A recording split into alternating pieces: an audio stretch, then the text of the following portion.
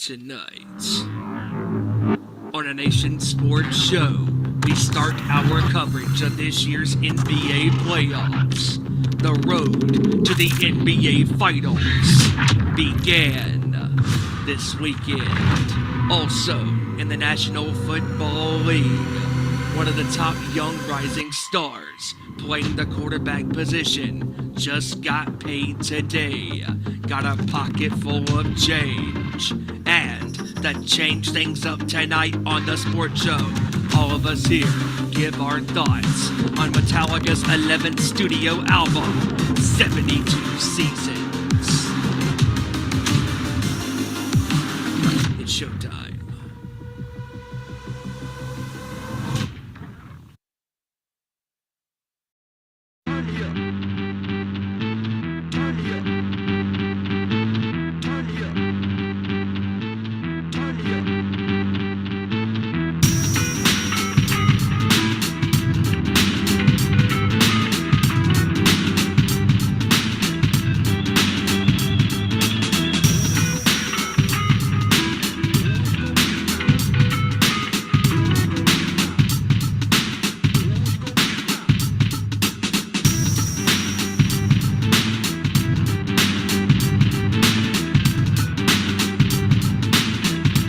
From the gridiron to the court, talking all that is sport, breaking down the latest news, scores, and more.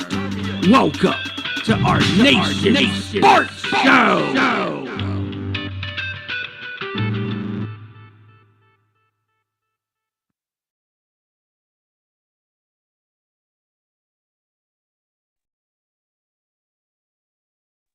All right. Excuse me.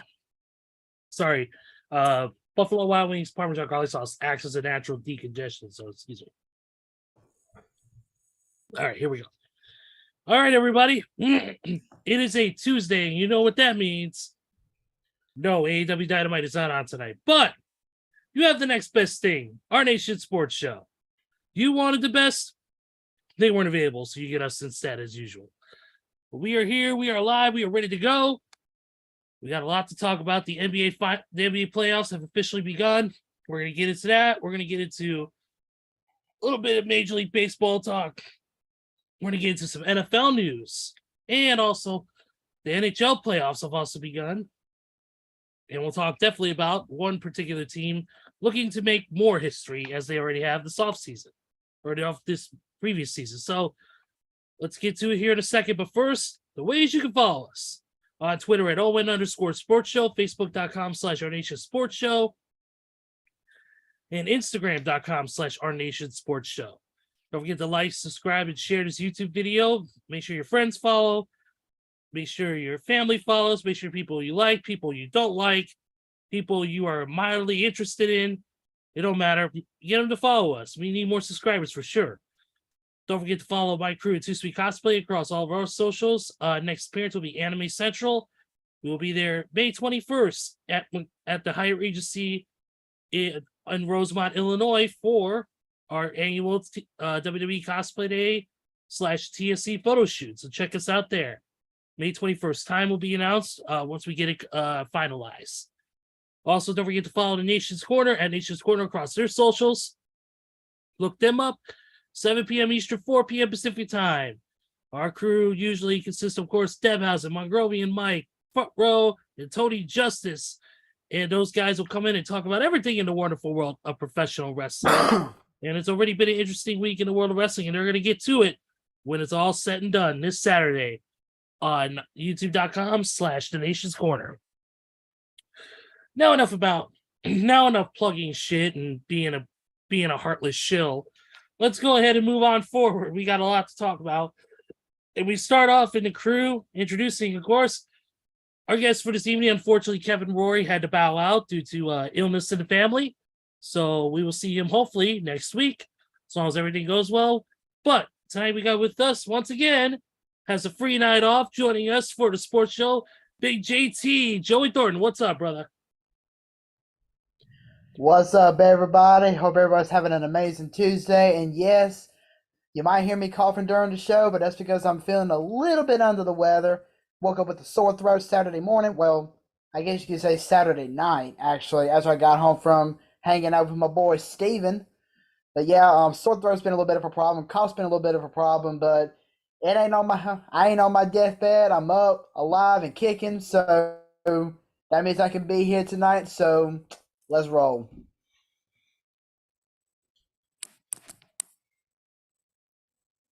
Yo, you're on mute, Ezra. Well, it's good. It's best people not hear me anyways. Hell, people shouldn't see me. That's why I should turn my camera off when I speak, but I digress.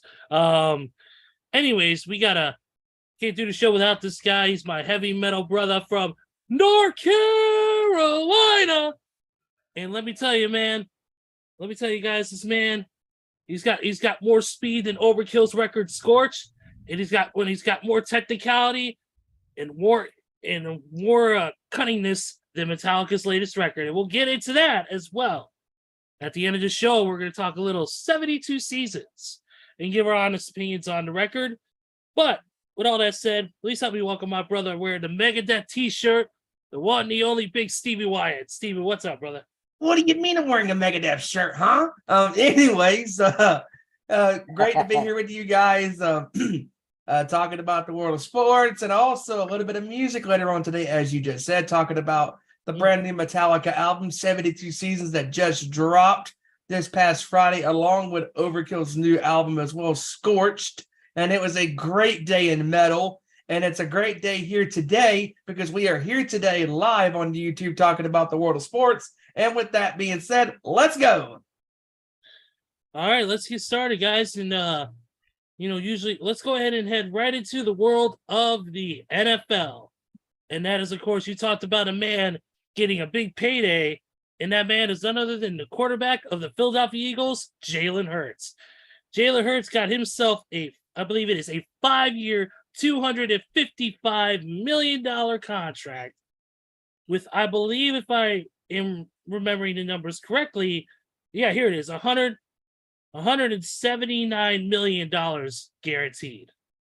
That is a big payday for a guy, not only who's one of the best quarterbacks in the league, but also a guy who spent a majority of the end of the season on the shelf.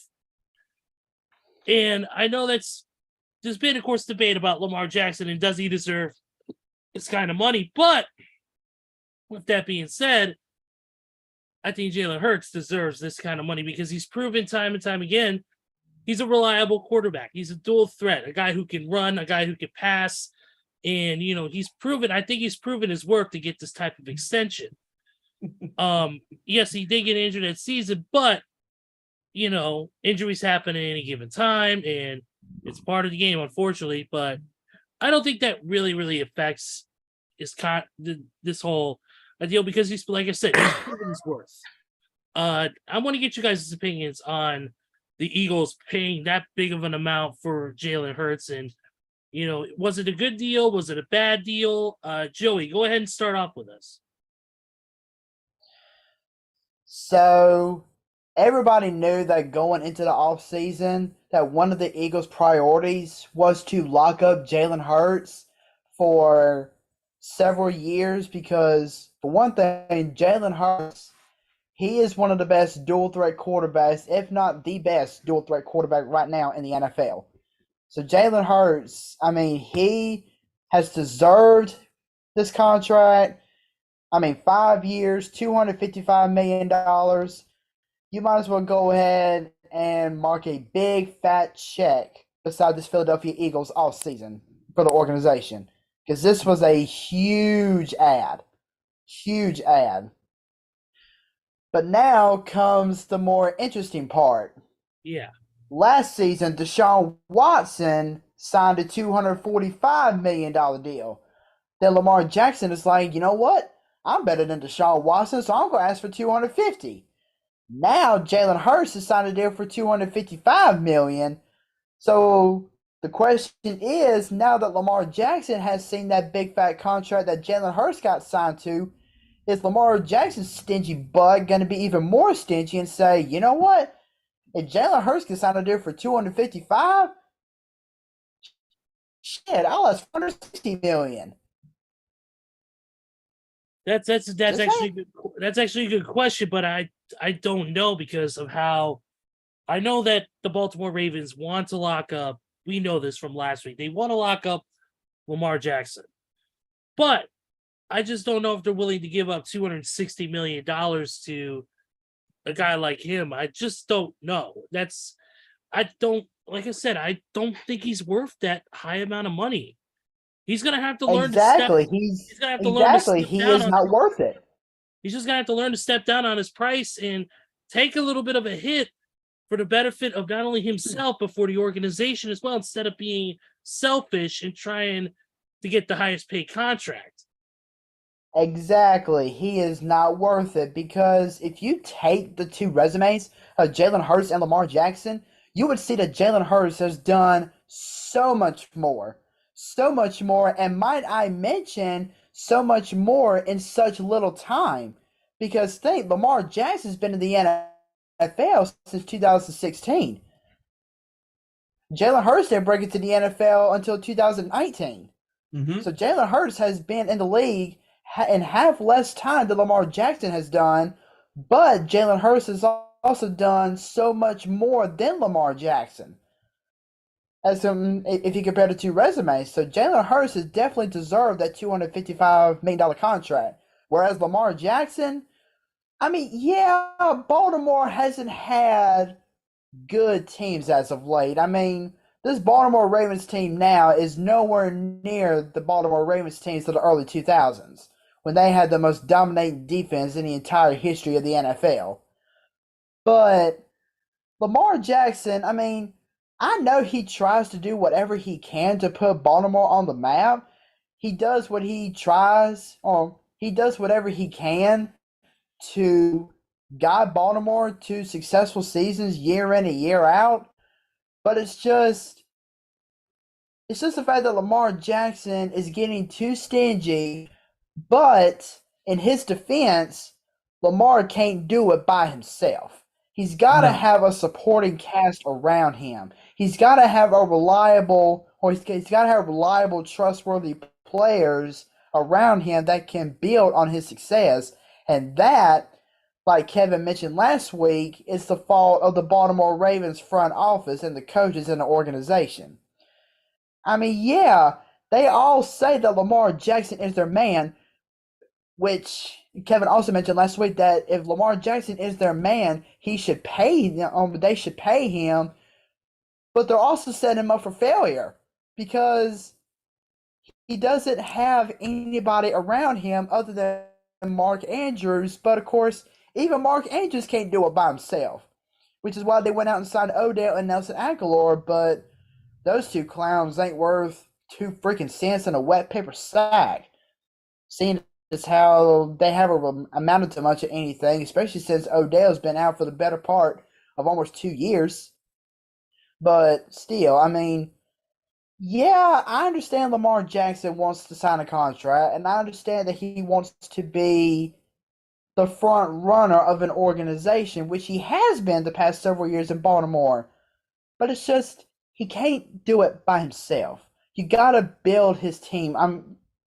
You have to build the team around him if you want to remain successful. Steven?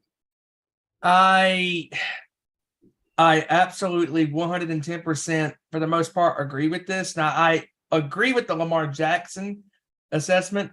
Now, the only thing about the Jalen Hurts deal that has me somewhat questioning this is you're going to lose a lot of players, with this contract. And because, I mean, not having it, because he's not going to have these receivers around him for the rest of his career, throughout his entire career, because A.J. Brown and Devontae Smith are 2 of his best weapons on the outside. And then Dallas Goedert, the tight end, he's a great weapon too. And that's the one thing about paying this young kid the money that he's getting. Is he worth it? I would say for the most part, yes, because like you said, Joe, that he's already done more and then some. He's already been to the Super Bowl and he almost won the Super Bowl. He is Philadelphia's future as their quarterback. And I'm happy for him that he got his payday, but I hope that this contract is worth it in the end, as far as for the team around him, because they're already losing key players on the defensive side of the ball and the offensive side of the ball in the offseason. I mean, Miles Sanders is gone. The other guy on the defensive side of the ball, the defensive end that went to San Francisco, he's gone. Oh, yeah, Javon Hargrave. Yeah, Hargrave is gone. He's gone to San Francisco. You're already losing key ingredients to your Super Bowl team that went to the game last year against Kansas City. And listen, I mean, Jalen's worth the money for the most part, in my opinion, because he's already been, to the championship game, to the Super Bowl. But I just hope that this contract for him, works out in the end. I'm optimistic that it will. You just got to keep bringing the pieces that can fit around him and stuff. Now, as far as Lamar Jackson is concerned, this is the one thing that we keep talking about this, folks, is that Deshaun Watson last year in the offseason broke the salary cap on how it was going to be done from years to come. Now, yes, a couple of years ago, Patrick Mahomes got that $500 million contract, but he's only getting paid like $30 million or so guaranteed a year. And in actuality, he's taking a pay cut, to keep key players around him and stuff. And that's the thing with Lamar is screaming to the rooftop going, I want to get paid just like Watson did. And now, especially like Jalen Hurts, who got paid $255 million contract, $179 million of that guaranteed money and all of that, so I get where Lamar is coming from, how he knows that his time in the NFL is very short. And as we all know, in sports, your time in a physical violent sport, in football, in hockey, it's very limited. Your time playing as a professional athlete is on borrowed time.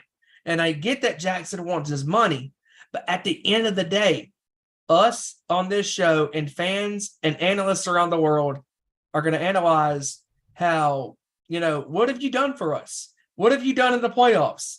Because the analysts on television, on ESPN and NFL Network, and you name it, they're all going, yeah, Lamar is great, but he doesn't have the results. He's never been to a Super Bowl. He's never been to a championship game. He's gotten his ass beat multiple times. I mean, if I'm not mistaken, he got beat in the divisional. I think it was the division. No, he got beat in the wild card round both times, right? Because I know Tennessee beat him in the divisional round. He's only been in one round, per each season, because Tennessee beat him handily. They went in there and they beat his ass. I mean, they ran him into the ground literally. And when he was trying to run and panic and not throw the ball away and live another down, he was just throwing up wooden ducks. And just Jackson is as great as an athlete as he is. He is this current Michael Vick. I mean, Michael Vick's time in the National Football League was very limited. And he was a running quarterback. And he wasn't just a pocket passer. Well, Mars to me is a better passer, but you have to have the talent around you. And Baltimore, this is where I will agree with Jackson on this assessment, that the Ravens have not done a good enough job bringing in key pieces around him, and the pieces that they have around him now. I mean, you got Odell Beckham Jr., who hasn't played a full season since his half season with the Rams in 21-22 before he tore his ACL in the Super Bowl. And Aguilar, formerly of Philadelphia, he's not a number one. And if I'm not mistaken, Joey, they're paying him like he's a number one. Like he can't. No, he's not a number one. And he's never been a number one. He's a slot receiver for a reason. Can he get deep down the field? Absolutely. He can find the crease in the defense at times, but he's not a true number one threat. You're not going to look at the depth chart and go, oh, I have to cover that guy. I have to look out for him because he's going to burn us on the outside. Odell, when he's healthy and he's focused, he's a good number two. But Beckham hasn't been fully healthy in 2.5 years. I just don't think Odell's. No. I don't think he's the answer. He's not, because you have to have I mean, yeah, you still have Mark Andrews out there on the tight end spot, and he's a great athlete too, and he's a great catcher in the backfield and on the outside and blocking as well. He's a complete tight end. But their running game, I question it. Like, they don't have a true running back. No, they sure don't. And that offensive line, please, come on. Because J.K. Dobbins, the dude, I mean, that dude can't stay healthy to save his life. No. Neither can Gus Edwards. I mean, Gus Edwards, yeah, he had some flashes last season, but he's not reliable. None of those running backs. So I know why they're leaning so much on the running game for Lamar Jackson, but then again, like you just said, Steven, that leads to a short shelf life for all these dual threat quarterbacks. Exactly. Yep. I agree 100%. I do want to get into, of course, a couple other big news notes. And first one, this is a sad note, unfortunately, and that is that former Cleveland Brown Chris Smith passed away today. Yeah, he was a member of the Seattle Sea Dragons of the XFL this Yep. season. Yep, absolutely. Unfortunately, he passed today. I believe he was 31. Yeah, he was 31. in his early 30s. Very sad. Very sad. Unfortunately, all and our thoughts and prayers are definitely with the families and friends and fans of Chris Smith, and may he rest in peace. Another cool thing I want to talk about is we make so much fun about the Green Bay Packers and what they've done, but this is a cool signing. The Packers have signed Derek Coleman. Now, for those of you who may not know his story, Derek Coleman is a deaf NFL player. Oh, wow. Wow. He played for the Seattle Seahawks in 2013 during the Legion of Boom. He was the first legally deaf offensive player for the Seattle Seahawks. That's crazy. He's now hired at Green Bay as an assistant to player management. What? Nice. It's unbelievable. Absolutely. Right here, he in his professional career, he doesn't have a lot of stats, of course, because he didn't get a lot of playing time. But in week one in the 2013 season, he had in his first game, in week one's game, he had 3 catches for 30 yards. On December 2nd, 2013, he scored his first touchdown ever on Monday Night Football against the Saints off of a ricocheted ball from Kellen Davis. And he was a part of the Seattle Seahawks championship team. Wow. Nice. So, that's very cool. Very cool.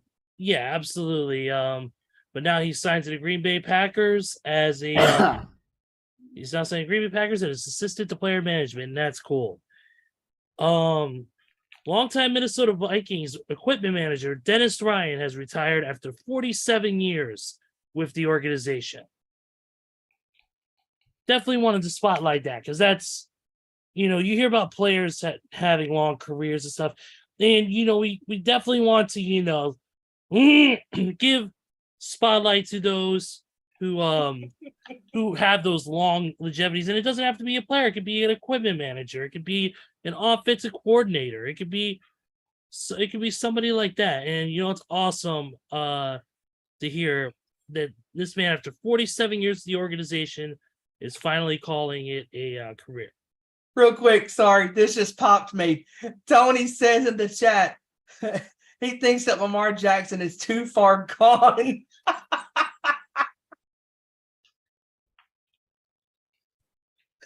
Wow. Okay, for those of course, that the don't, 72 seasons reference. Great job there, Tony Justice. wonderful. I absolutely You get a James Hetfield. Yeah. yeah. Ooh. Ooh. That's fantastic. What up? What up, Big T? Big T, my brother. What's up, man? Another couple other things I want to get to. Browns have officially signed veteran wide receiver Marquise Goodwin. Okay. The Panthers have signed veteran wide receiver Damier Byrd. who returns to Carolina, where he played from 2015 to 2018. Also, this is a big one here, and that is that pro safety Buda Baker of the Cardinals has requested that Arizona trade him.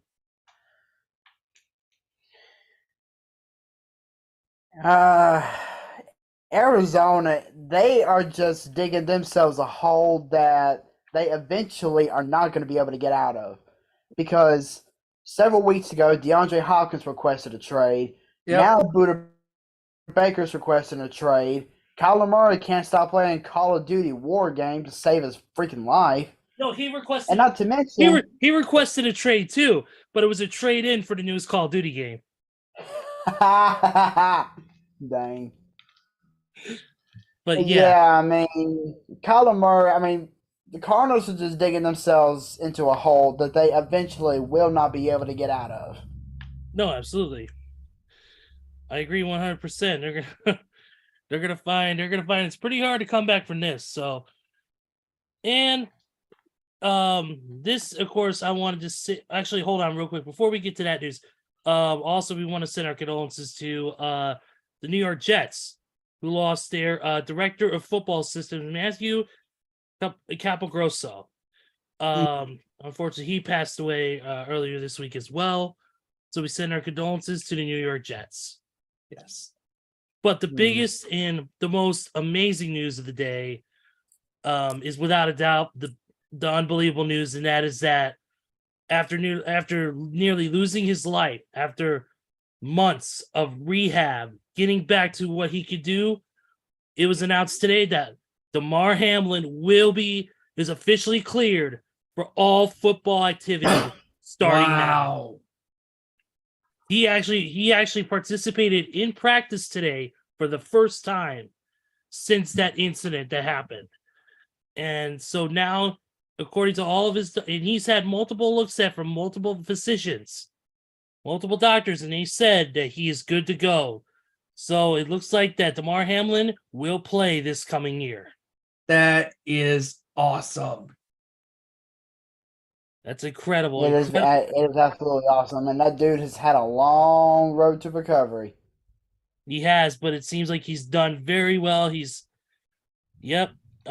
So he is back, and that is a huge thing for that's a huge get and a huge upgrade to have Damar Hamlin back on that defensive side of the ball for the Buffalo Bills.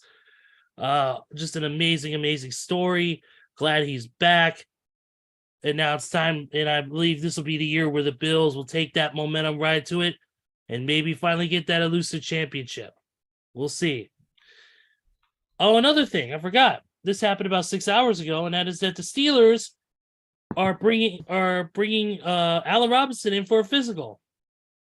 And if he passes, a trade to Pittsburgh is expected to happen. He'll probably just fail in the offense. Yeah, they're saying that if he does pass his physical, then Allen Robinson and the 7th round pick, number 251 to be exact, will be sent to Pittsburgh for Pittsburgh's number 214 7th round pick. Sounds like a fair trade to me in that retrospect. But yes, as both teams are pretty much trash anyways. Why do you think the Bears got rid of him? Yep. Good point. Chicago, you made the right decision. And that's pretty much it on the big NFL news that I have right now. Anything else you guys have? No, I think I'm good on my end. I think I'm good on my end on that one as well. I have a joke for that, but it's not appropriate. Let's just leave it at that. And right here, let's move on to, of course, what we came here to talk about, and that is the NBA playoffs. And man, what a playoffs! You talk about playoffs? You kidding me? Playoffs? Golden State hasn't won a game. Yeah, we'll talk about people who haven't won a game. But what's going on, William? What's up, dude? William, how you doing, sir?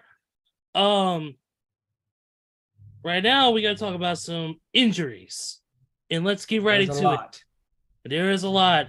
One of the biggest ones is Giannis Antetokounmpo, who suffered I believe it was a knee injury. Lower back contusion. Yeah, lower back contusion. X-rays came back negative. MRI came back clean. So they're optimistic about him starting for game 2. Well, I actually just saw a news report saying that he has not practiced and he is now listed as doubtful for game 2.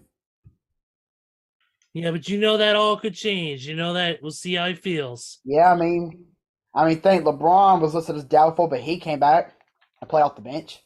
So anything can happen in the NBA, especially when it's playoff time. He's a bitch. Anyways, oh, did I say that? Sorry. Let me say it louder. LeBron's a bitch. As my buddy Jeff would say.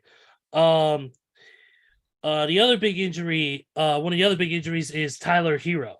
Tyler Hero broke his hand the other night. He's basically pretty much done for the rest of the season. That is a huge blow for them to lose. Tyler Hero. Very big. He broke that. He broke that, I believe, in game 1. Correct. He didn't break that in the play-in match against the Bulls, right? No. Yeah, it was in game 1 because he was going for that loose ball. Oh my God! Speaking of injuries like that, John Morant injured his hand as well. Everybody getting injured hands in this time of the season. Yeah, but the more interesting news is that the man who was made out of plastic, that being Mr. Anthony Davis, got hurt again. Again. He's not made out of plastic. Plastic's more durable than fucking priceless French glass. That dude, you could touch him and he falls apart. Have you ever seen the fucking Roadrunner Wile E. Coyote cartoons where Coyote gets burned by the rocket and then all of a sudden he just falls apart in the dust? Yeah, that's Anthony Davis when he gets hurt.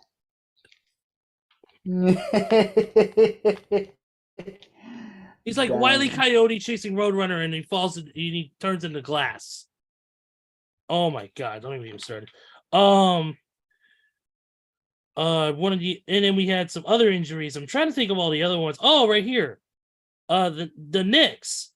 Josh Hart rolled his ankle in the 4th quarter of game 1, and he was upgraded to questionable before today's game 2.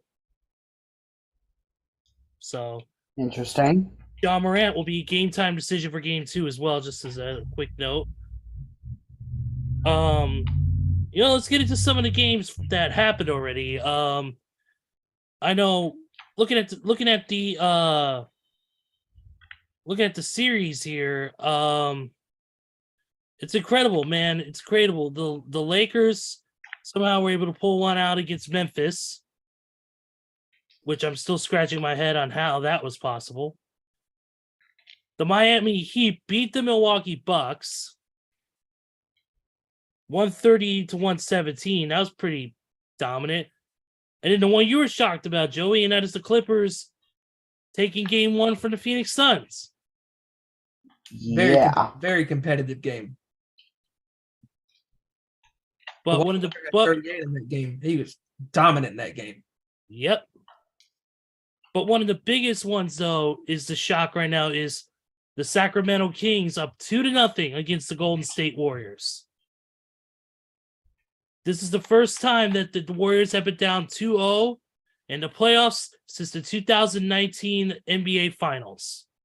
It's crazy because Golden State, the defending champions, you would figure they would be up and ready for this postseason because that's what they've been doing throughout the entire regular season campaign is this on and off switch. And you can't do that, especially with the playoffs now, because now that you're in the big dance, you're in the big tournament, in a series that matters, before you can even blink, this series could be over. And speaking of series, shout outs to William in the chat. He's ready for the Cavs game 2 today against the Knicks. And that was a good game on Saturday. Wasn't it, Joey? That was a good one. Oh, heck yeah. That was a But great back and forth game.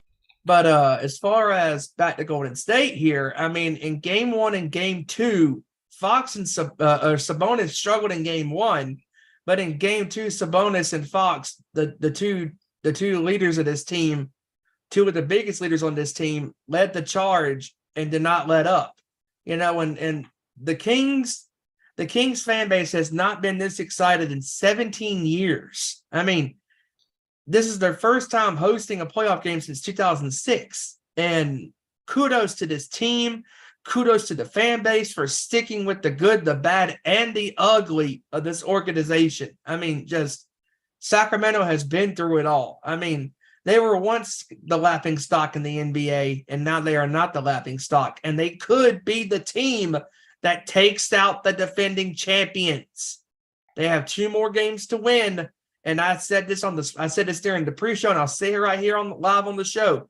This series right now, if this goes the way it possibly could go in game 3, this series reminds me right now of the Dallas Mavericks Los Angeles Lakers series from 2011 and the Western Conference semifinals matchup, because nobody expected the Mavericks to be up 2-0 on Kobe and the Lakers there in that series. And right now, Fox, Sabonis, and the Kings are in a position that nobody thought, other than themselves, thought they could be at.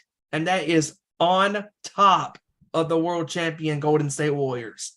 And look, I know that Draymond Green gets a bad rap, but at the same time, we know his antics. We know what he's – this is Green. This is typical Green. I mean, stepping on players, whatever. At this point, that's what he does. He gets two more of those technicals. He's going to be suspended for at least a game. Yeah. But Golden State's got to wake up, man. This bait and switch of this on and off, I'm going to take this game off, take that game off. No. I mean, Stephen Curry can't do it all by himself. Klay Thompson can't do it all by himself. I mean, Andrew Wiggins had a hell of a performance last night, but everybody has to show up. Green only had 8 points. He was 3-6 from the field. I mean, you got to show up, dude. You have to show up. You got to be focused and quit trying to get in people's heads. Just play your game. Be aggressive on the defensive side of the ball. Get the guys involved. Get Peyton II involved. Get Wiggins involved. Get Poole involved. But Klay and Steph, they can't do it all by themselves. It has to be a well-oiled, balanced machine to be keep the engine running. And Golden State is in a very interesting position right now, trailing 2-0 against the Kings. Yep, they sure are. Yep. I did watch on Sunday, though. I did watch the Denver Nuggets absolutely destroy the Minnesota Timberwolves. At this point, just crown their asses. It's over. Yeah, they won 109-80. They were up by as much as 31, I believe. Just absolute destruction. The Lakers right now, man. What are these guys were supposed to have some sort of crystal ball or something to even be up on one game over the Grizzlies. So.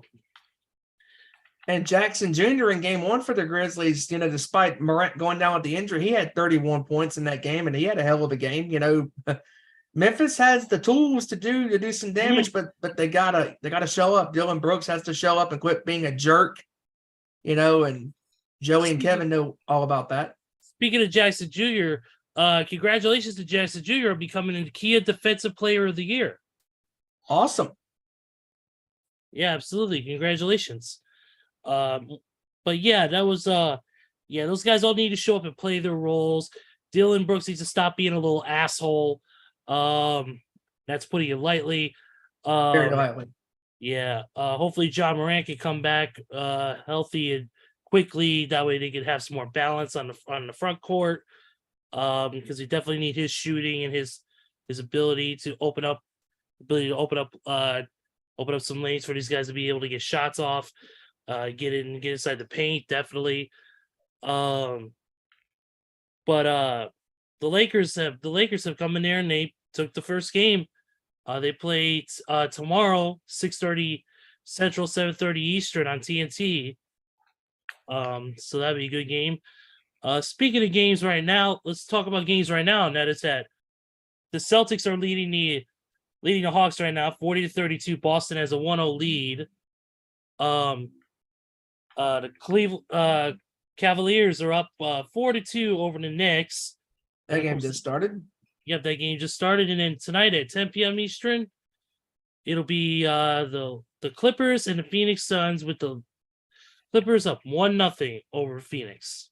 And this series could go 6-7 games. That's how all the star power here with Russell Westbrook and Paul George and Kawhi Leonard for the Clippers. I mean, and Durant and Devin Booker and Chris Paul. I mean, this is a big three, just mega matchup between two teams that can go far, in the playoffs.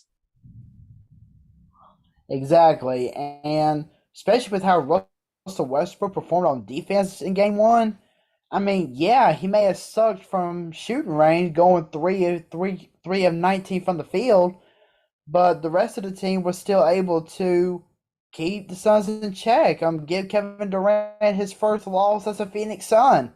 I mean, we all thought the Suns Clippers series was going to go only 5 games because of Paul George possibly and now potentially being out for the whole series. But these Clippers are like, you know what? We may be down a man, but that doesn't mean we're just throwing a towel and give up. I mean, we're going to go out there and play our asses off. We're going to go out there and fight like hell. Yep, absolutely. And that's exactly what they did in game one. Mm-hmm. Game one, they were just a more well-balanced team overall, and they wanted to prove a point, and that's exactly what they did, man. The Clippers came in there. Russell Westbrook had a great job, like you said, defensively. The team as a whole has really gelled well together, and he found his home finally.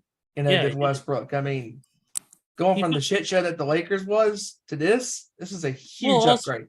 Also with the fact you don't have 4 ball hogs all looking to have the ball out at once. Yep.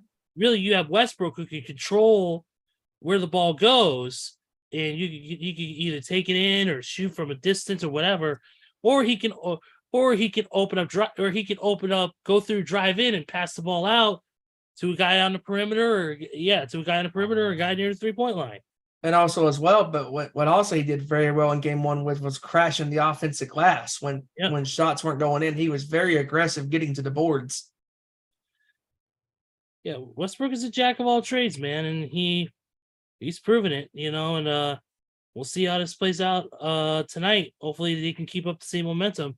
And also of note real quick, Atlanta was up by double digits on Boston in the first quarter, and obviously Boston has turned it around already, and the mismatches are just rearing its ugly head. I mean, these first couple of rounds, as far as the 1 through 8 and the 2 through 7 for the most part, with the exception of the Grizzlies-Lakers series, but the Celtics-Atlanta series, the Milwaukee-Miami, that's an interesting series, but Minnesota and Denver is a huge mismatch.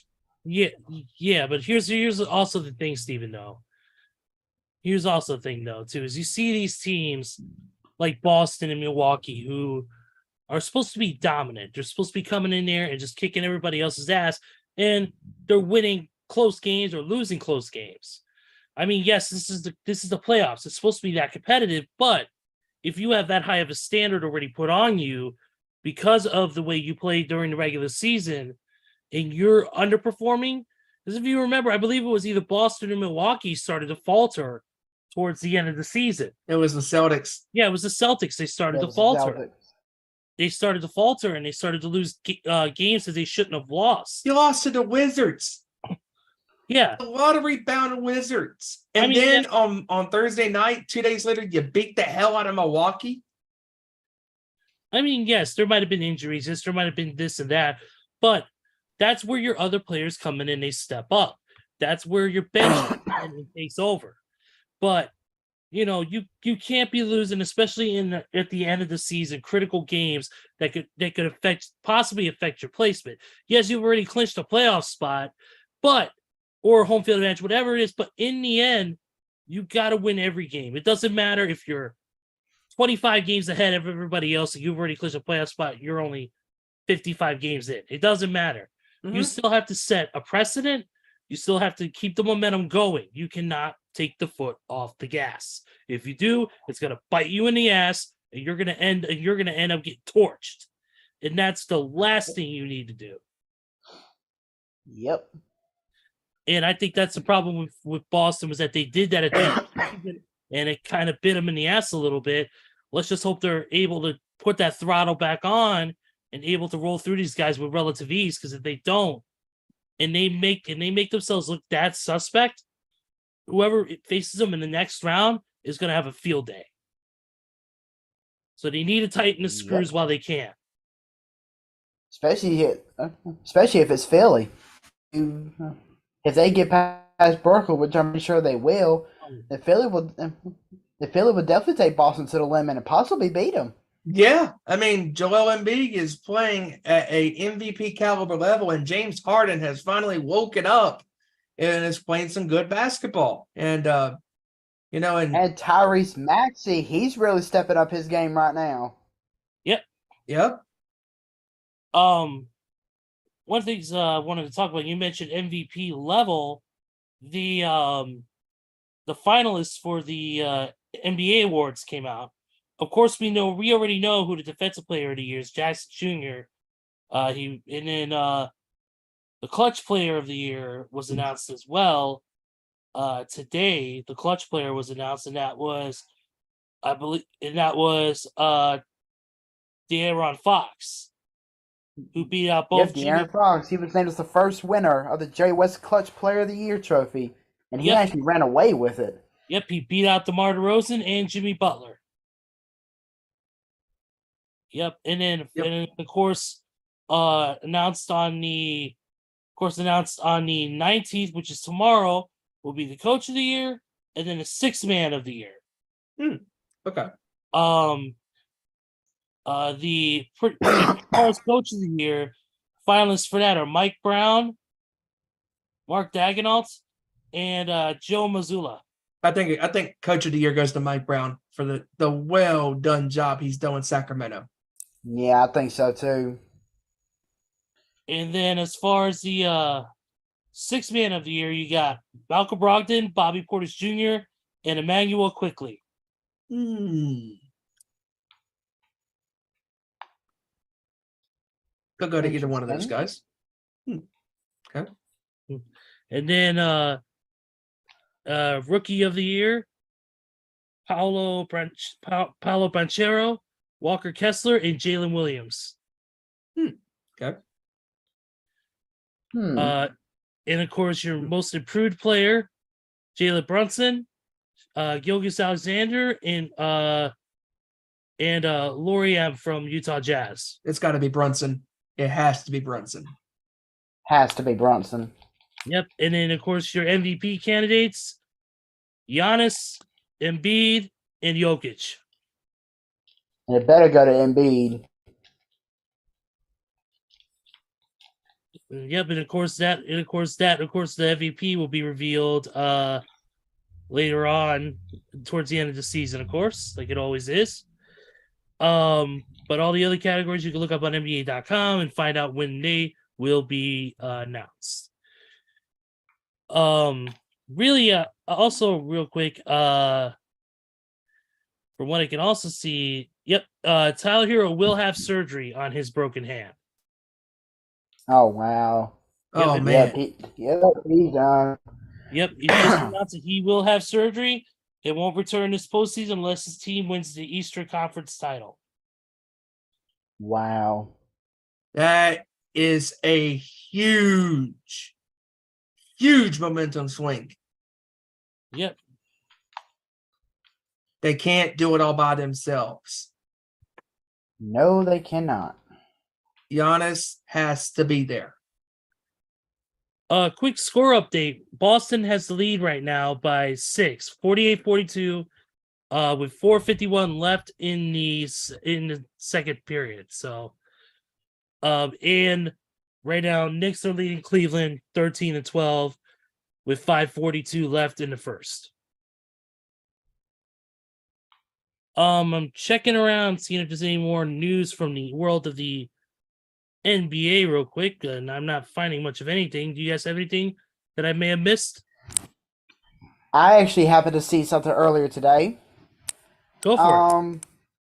I happened to see earlier today that former Boston Celtics head coach Ime Udoka is going to be interviewing for the head coaching job for the Houston Rockets. Whoa. Interesting. Ime Udoka. Yep, I happened to see that earlier today. Wow. The Rockets need somebody. And they are the lottery bound Rockets for a reason. They were the worst team in the NBA this year. And yeah. Yeah, they were. Yeah. Bad. They were really bad. Yep. It's gonna be. Oh, go ahead. Sorry. No, go ahead, Steven. What were you gonna say? It's gonna be interesting to see, how the rest of these games play out tonight, because the Cavs have to respond. Because Donovan Mitchell on Saturday, Joey, we watched this game together, and Donovan Mitchell had a hell of a game. 38 points scored in that game, and he went on a scoring spree in that fourth quarter. Had like 12, 14 points, something like that in the quarter, and just tried to will his team to victory. He just couldn't do it all by himself, and just the Knicks were just more scrappy and getting to offensive boards and making good defensive stops, and they were getting to loose balls when it mattered the most, and that's why they're up 1-0 right now in the series. Mm-hmm. These 4 or 5 matchups are rather interesting matchups always in the NBA, because it's usually pretty solid two teams that are towards the middle of the pack, that are playing together against each other, and you kind of get a glimpse on who truly is better, even though the records between the two seeds really don't matter, because they're both evenly teams. Yeah, and it kind of gives you kind of have two similar teams who score maybe. It's not going to be a runaway where one team will outscore the other, like it could be between the number 1 and the number 8, or the number 2 and the number 7. When you look at it from that perspective, in a sense, you could maybe think about it being more of a closer matchup, maybe being only a couple points between each other. That's just something that I've seen before in those types of games. Is more of close scoring than it is anything. So it's going to be a super competitive matchup, probably a lot of defense played, and but it'll still be exciting no matter what, because it is the playoffs after all. Yep. In the NBA playoffs, you never know what's going to happen. You never know, especially like in Game 1 between Miami and Milwaukee. Who would have thought that the Heat, the 8-seeded Heat, would be up on the top-seeded team in the Eastern Conference? Not me. Nope, same here. Jimmy Butler and Duncan Robinson.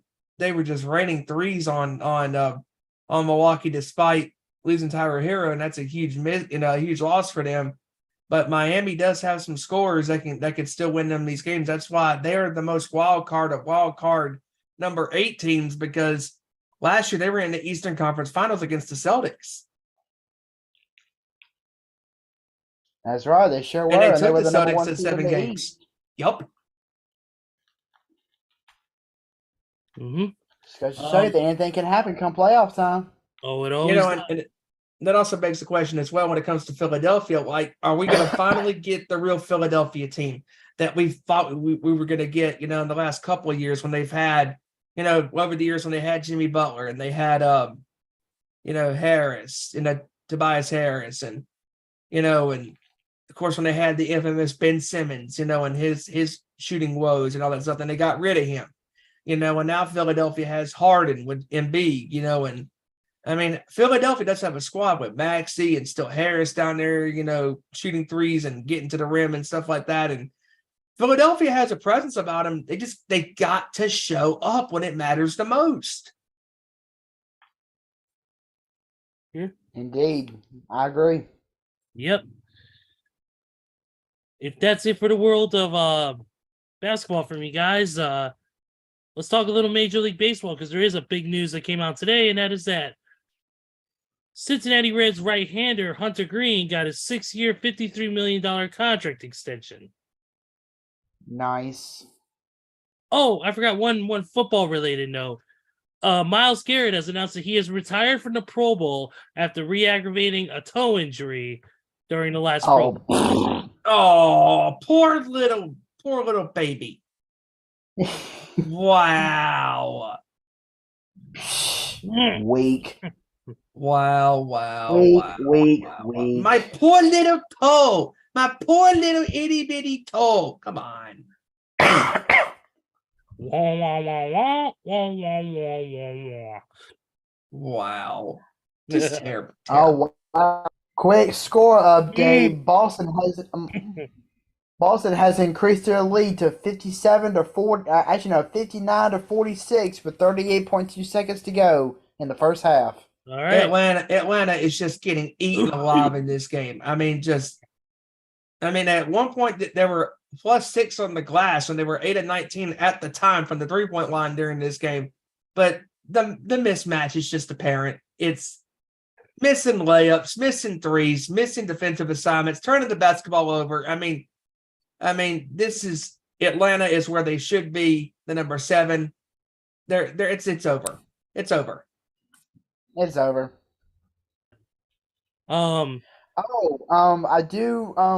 I just remember one other little football related story real quick. All right. With the NFL draft coming up very soon, at first it was rumors going around, but now it has been confirmed that Bryce Young will be visiting no more NFL teams. Ooh. Because rumors have really been ramping up that he's going to go number 1 overall to Carolina. And honestly, I hope it happens. What, so Carolina could fuck up that pick and then trade it to somebody else? Oh, no, and then if they do, they're going to pull the Chicago Bears. They're going to pull a Cleveland Browns. They're going to pull some. If they do that, they're really missing a big opportunity. Oh, yeah. It's the Carolina Panthers, though. They're bound to fuck up somewhere. I still can't believe Cam Newton a couple weeks ago, opening up his mouth and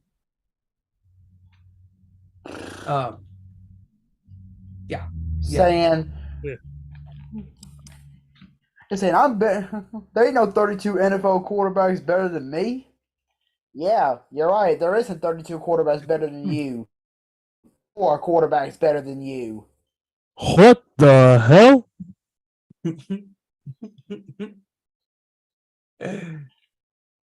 Hey, I don't think Newton is striving to be better than you. Better than you. Better than you. Great reference. Off the Reload album. Yeah. Too industrial for my taste, but whatever. Anyways,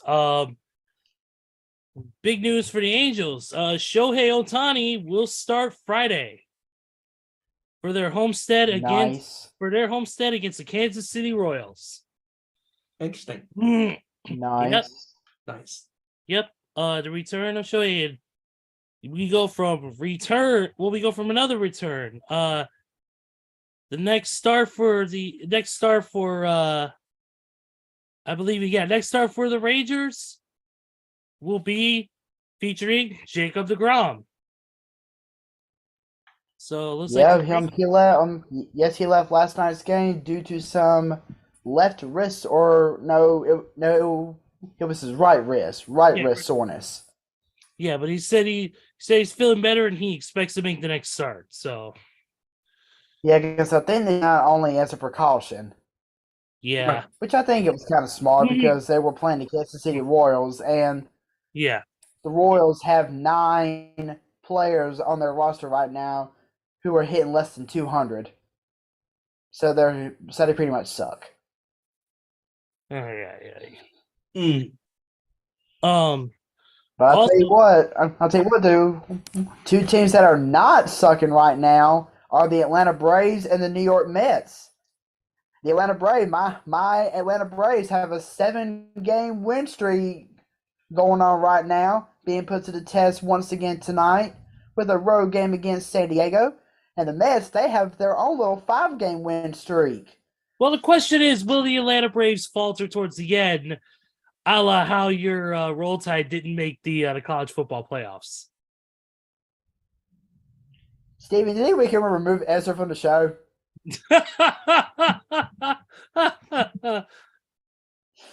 I'm not going to comment on that. Greg the Hammer Valentine, what do you think of that?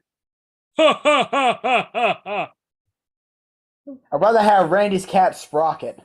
Sprocket. Don't do that. He'll come on the show. And I'm not talking about Sprocket. I'm talking about Randy.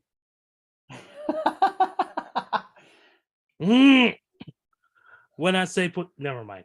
I'm not gonna go there. We go from somebody starting to somebody missing time, and that is Giancarlo Stanton will miss 6 weeks. Oof, man, he cannot stay healthy yeah, at all. 4 to 6 weeks. And I was just like, yikes. Strained left hamstring. He's not played a full season since 2018. And that was right after they acquired him from that big ass contract. Yep. That nice 13-year, $325 million contract they're paying his fucking sitting at home with my leg up ass. I don't know what's worse, that or when you paid fucking Bobby Bonilla every year. Right. Oh, God. Right. Golly. That dude's set for life. Never has to play another. Never has to hit another ball in his life, but freaking gets paid every damn year. This year was his last year, right? I want to say yes. I think this year was his last year getting paid on that Bobby Bonilla deal. Oh, which means you better start going to sporting conventions and signing baseballs, buddy. Mm-hmm. Just like every other athlete. Chicago Sports Spectacular would be nice, by the way. I would like to meet you. Nice plug. Actually, no. Really? Bobby Bonilla is going to get paid every year until the year 2035. Wow. So he still has 12 more years to go. Hilarious thing is, by that time, Steven will be playing like Lars now.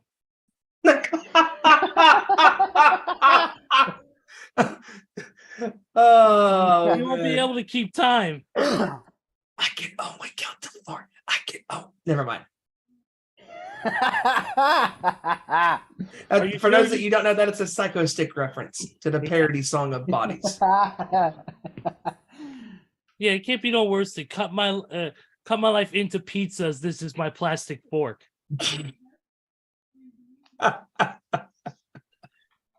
Thank you to fans who know how to make fun of a Papa Roach song. Yes. But yes.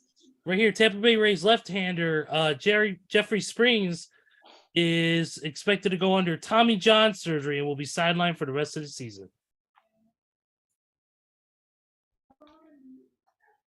Damn, everybody getting this fucking Tommy John surgery. I know. A lot of injuries going around. Hand injuries, Tommy John surgeries. Just, man, the sports bug is rearing its ugly head on the sports leagues. Yep.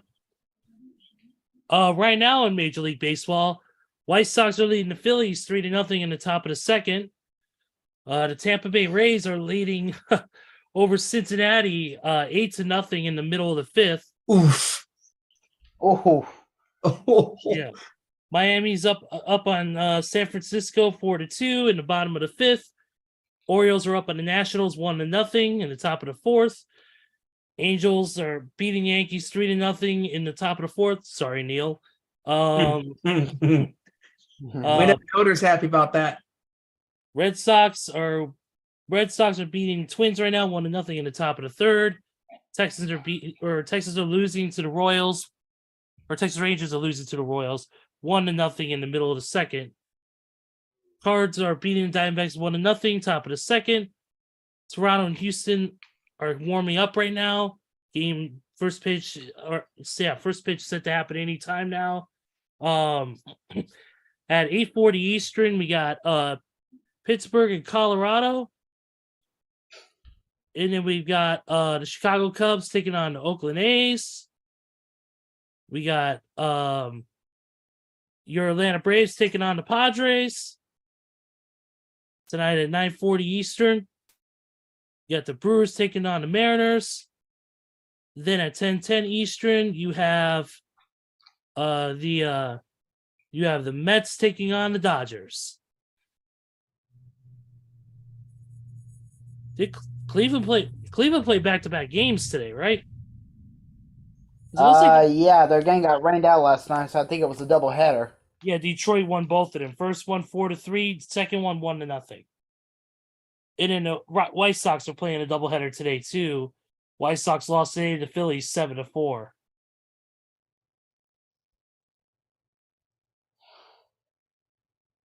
Let's see. Out of that, I think that's it for Major League Baseball. I really don't have anything else. Do you guys have anything? What's up, Elder? We I speak think his that's name, it. and there he is. He says, "Let's go Mets, playing the Dodgers tonight." Yep. Good luck to your Mets, man. All the best. Speaking of the Mets, there is one news note on them.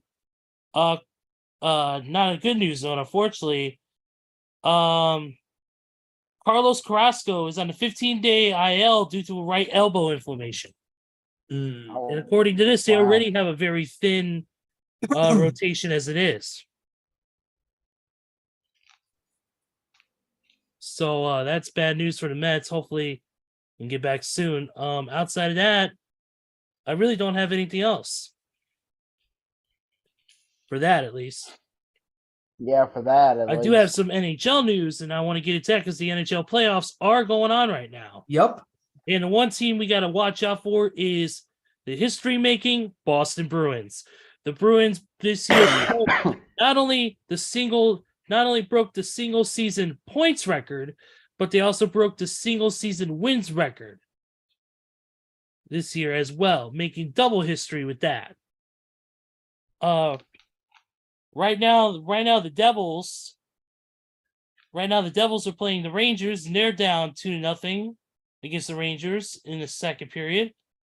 Tampa Bay Lightning beating the Toronto Maple Leafs 2-0. Tonight you've got the Winnipeg Jets taking on the Golden Knights, 9:30 Eastern. At 10 Eastern, you have the Seattle Kraken taking on the Colorado Rockies. And those are your games for tonight. And then tomorrow, and mind you, these are all game ones. Right now in the other leagues, the Carolina Hurricanes are up on the Islanders 1-0. Boston Bruins are up 1-0 over the Florida Panthers. Minnesota Wild are up at Dallas 1-0. The Kings are up on the Habs. They're up on the Edmonton Oilers 1-0 in the series, and that's pretty much it. Oh, and game 2 of Tampa Bay and Toronto as well coming up on the 20th. So a lot of good series coming up already. Change the score here. It's 2-1 now between the Hurricanes. Oh no, that was yesterday's game. Never mind. That was yesterday's game.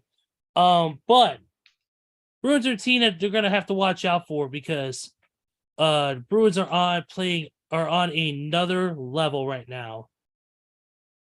And it looks like there is a possibility that the Bruins may get back Patrice Bergeron, who had been out due to illness. He is questionable. He is currently questionable for tomorrow's game, but there is a good possibility he may be able to get back out onto the ice to play that critical game too and extend their lead. But yeah, Boston is just absolutely on another level playing wise. Broke 2 different records. First time since the 1967 Habs that I believe it was the total wins record was broken.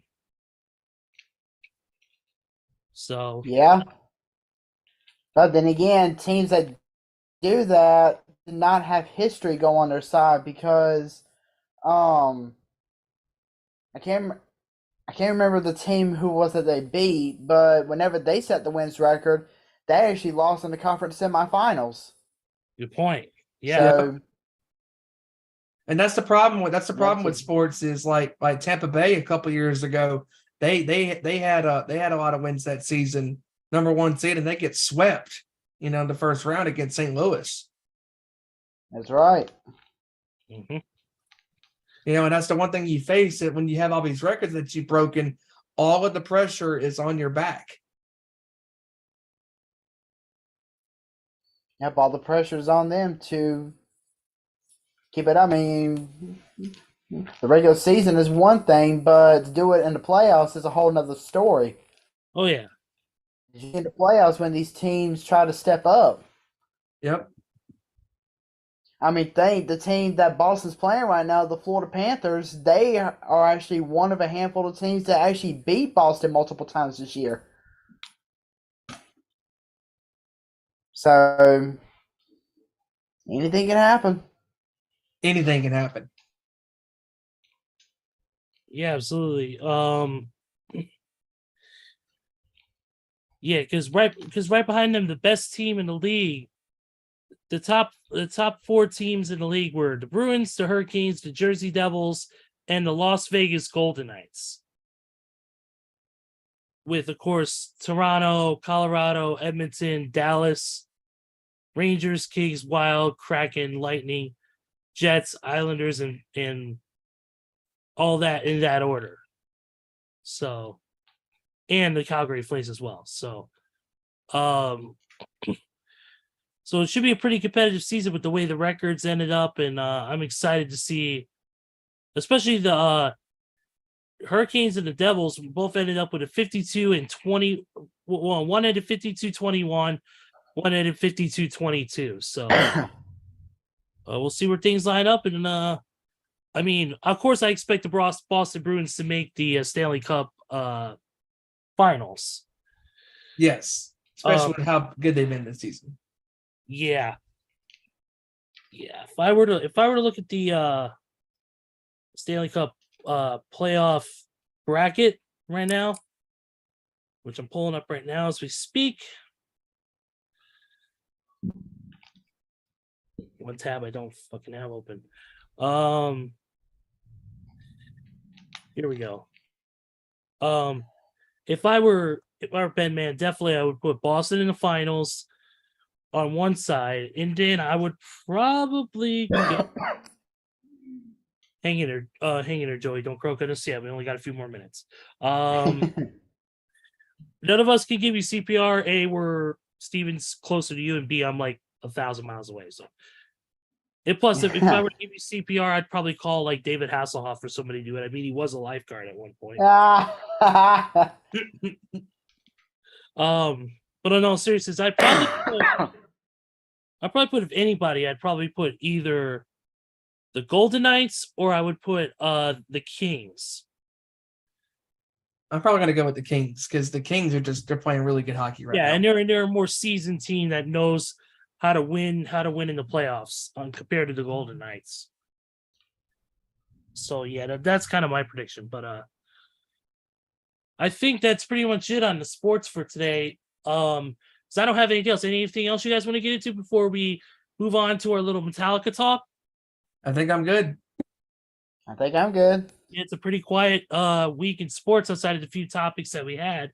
So let's get into it, guys. Let's talk a little Metallica. And that is, of course, this past week, Metallica released their brand new album, their 11th studio record, 72 seasons, 12 tracks, 77 minutes of pure heavy metal at their best.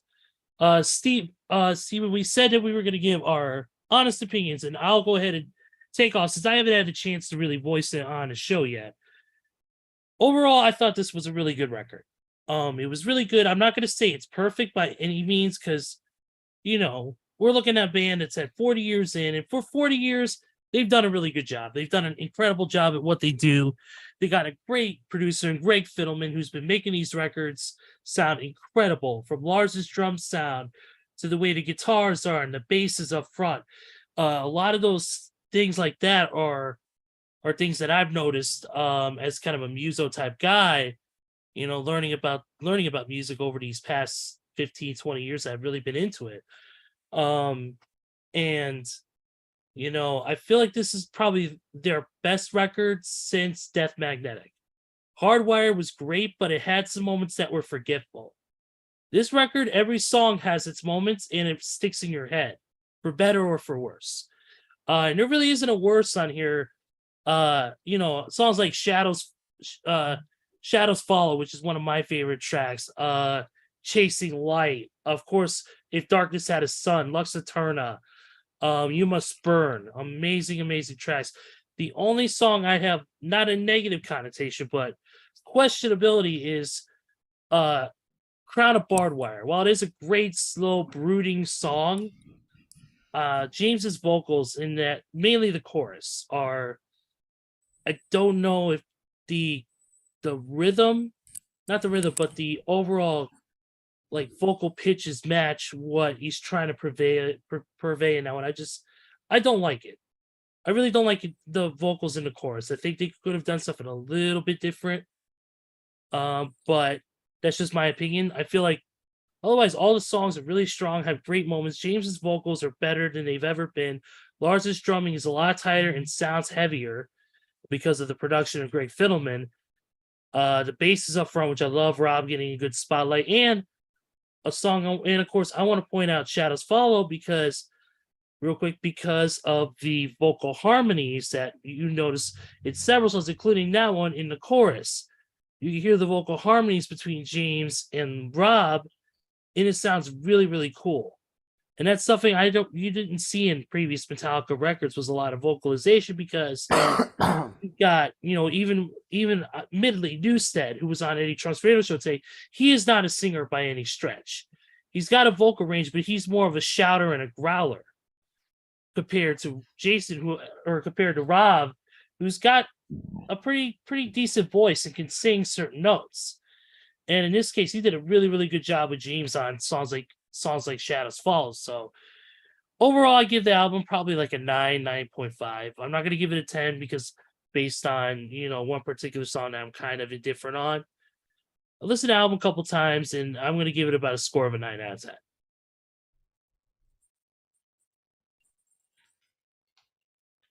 Yes, this album is to me.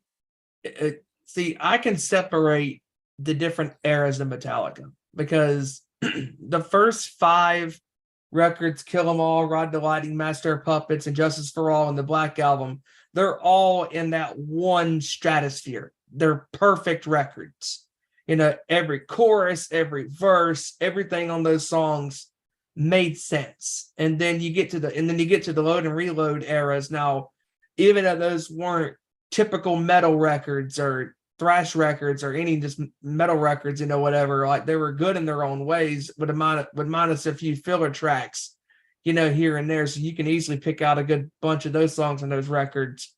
And then you get to the Garage Incorporated album, and that it's a perfect cover record. I mean, just the 11 new covers that they did in 98, and then the classic covers on the second disc, just perfect. And then of course, you get to where we're at now with the modern Metallica, the one blemish on their career as far as a band. I mean, yeah, we know Saint Anger with the awful drum tone because of how the snare is just so too much in the production, is Lulu. And that's the one album that I refuse to listen to because that's not a Metallica record. But other than Lulu, I would have to say, if I'm comparing modern records, Magnetic, Hardwired, and Saint Anger with 72 Seasons. I mean, I love Magnetic. Death Magnetic to me is as close as you're going to get from a modern sensitivity of the old school complicated song compositions with the riff changes and the tempo changes and all that stuff. And it was a great album. But I felt like Hardwired was the record that they did that record 7 years ago, how it was a step in the direction where they are at today. Because these two records, Hardwired to Self-Destruct and 72 Seasons, even though they're both 7 years apart, they're both records that don't sound like Lightning and Puppets and Justice and Magnetic, because there's not a true identity, as far as a formulaic, oh, it's going to be the power ballad is song number 4, title track number 2, clean or interesting intro build up to the track number 1 with an epic, epic track title, epic opening number 1, and then a epic closer at the end, whatever. Metallica's records have always been distinctive, for their sounds, for the production, and Greg Fidelman's production on this record, especially with the last 2 records that he's produced, because he was the mixer on Death Magnetic, and obviously the great Rick Rubin was the producer at the helm for Death Magnetic in 2008. But Greg Fidelman has been with Metallica for 15 years, and to me, 72 Seasons is, man, I mean, to me, it is almost a perfect album, almost. And Ezra, I'm partially with you on this, and I get what you're saying, because that vocal melody on the chorus for Crown of Barbed Wire, like, I don't mind the chorus being as simple as it is. It's that melody. It's a very interesting way to utter the phrase, this Crown of Barbed Wire. And it's just the way he sings it. Like, I like it. I like the song. I like the song a lot, especially the one thing about this album that I love the most is the riff changes. The riff changes, the key changes. I mean, 72 Seasons, literally, this title track literally sounds like if you took Hardwired and spit out the bone, and put those in a blender, and that's what you get. Because it has the spit out the bone element with the thrashy riff and the Hardwired riff kind of mixed together, but it also has that groove, from the, kind of that up-tempo groove in a way from Spit Out the Bone, and also maybe something you could probably hear from the Black Album. And what I really love about that title track, and Ezra, let's see if you agree with this, but those little pre-choruses that they did, before going into the chorus, I still love that every time I hear it, because it breaks the song up. You know what I mean? Yeah, definitely agree. The pre-choruses are definitely a very nice addition to the song. It helps elevate it just a little bit more. Exactly. I mean, and when you look at a song like Shadows Follow, I mean, I love the beginning. I mean, the beginning with the drums and the guitars and the bass. It sets the mood, for the song, when as the song progresses and it goes into that opening main riff, the main riff just makes you want to just bang your head. It's just such a great freaking riff by Hetfield. I mean, Hetfield is still the riff king. I mean, he's so good at coming up with riffs. And when it gets to that middle section into the solo, when the riff changes again, I love that. And then the solo, I like the solo in the song.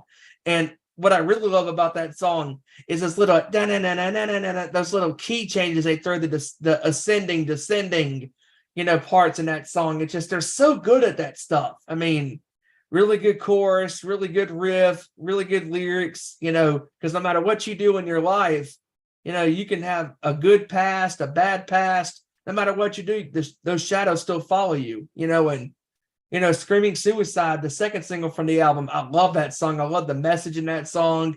I love the breakdown and the bridge before it goes into the final chorus after the guitar solo. The bass in that song is it's pounding, it's in your face.